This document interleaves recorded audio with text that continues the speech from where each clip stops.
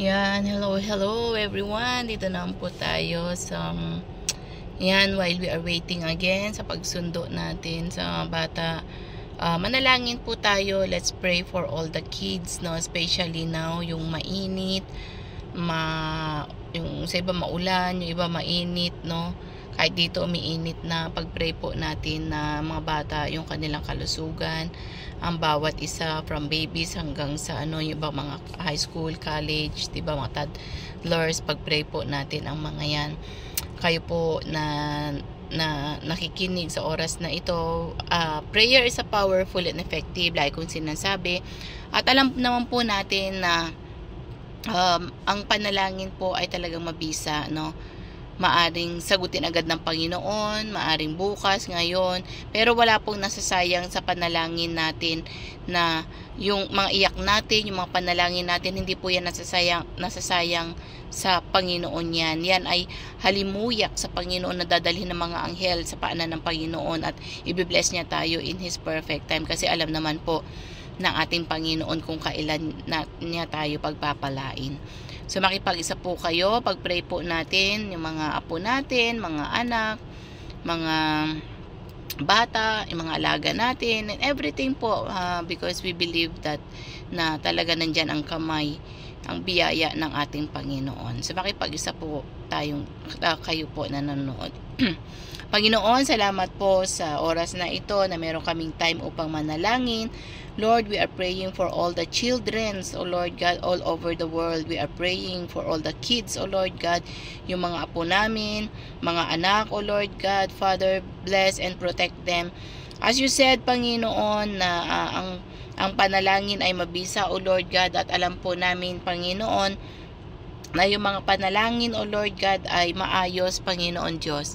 At Lord, pinapanalangin po namin na ingatan mo ang mga batang ito, dahil mahal mo ang mga bata. As you said, O Lord God, na children, O Lord God, ay malapit sa iyo, O Lord God. At ganun din, Panginoon, na mahal mo ang mga bata, O Lord, especially mga inosente, O Lord God. Father, sa oras na ito, yung mga may sakit, pagalingin mo sila sa pangalan mo, Jesus. Hawakan mo sila, O Lord God. Yung mga may lagnat, gamutin mo, O Lord. Yung mga nakaratay sa hospital right now, gamutin mo. Dalawin mo sila at ibangon, Panginoon, sa karamdaman, O Lord God. At yung iba, Panginoon Diyos, na walang mga magulang, Ikaw, Panginoon, ang comforter. Ikaw ang maghag. Ikaw ang Father sa kanila, O Lord. Ihag mo sila kung sila'y nalulungkot, Panginoon, at sila'y nag-iisa, O Lord God. Ang mga bata, Panginoon, na walang makain, O Lord, bigyan mo sila ng mga pagkain, bigyan mo sila ng joy, ng love, ng peace sa kanilang mga puso, O Lord. Yung mga bata na hindi makapag-aral, tulungan mo na makapag-aral sila, O Lord. Yung mga ibang bata, Panginoon, nasa kalsada, O Lord, na gumagawa ng mga masasama, ng mga ibang krimen, Lord, tulungan mo na magbago, tulungan mo na makakilala sa iyo, tanggapin ka bilang Diyos ng tagapagligtas, O Lord God, at mabago ang kanilang mga buhay, O Lord.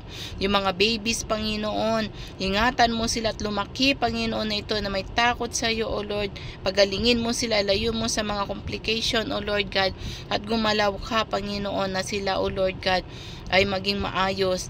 At ganoon din yung mga toddlers, Panginoon, ang yung protection, ang yung mga gabay, O Lord, yung mga nag-aaral, O Lord, yung mga elementary, yung mga high school, ingatan mo sila sa mga taong masasama ang loob, O Lord God. At patuloy, Panginoon, na ikaw mag-ingat sa kanila. Patuloy, O Lord, na gumalaw ka. At patuloy, Panginoon, na maghari ka sa kanila, O Lord God. At yung mga college, Panginoon, ingatan mo sila, Panginoon, na maging maganda ang kanilang kinabukasan, makapagtapos ng pag-aaral. Hilayo mo sila sa mga barkada, sa mga tukso, Panginoon, at maging makapag-graduate at maging maganda ang future nila.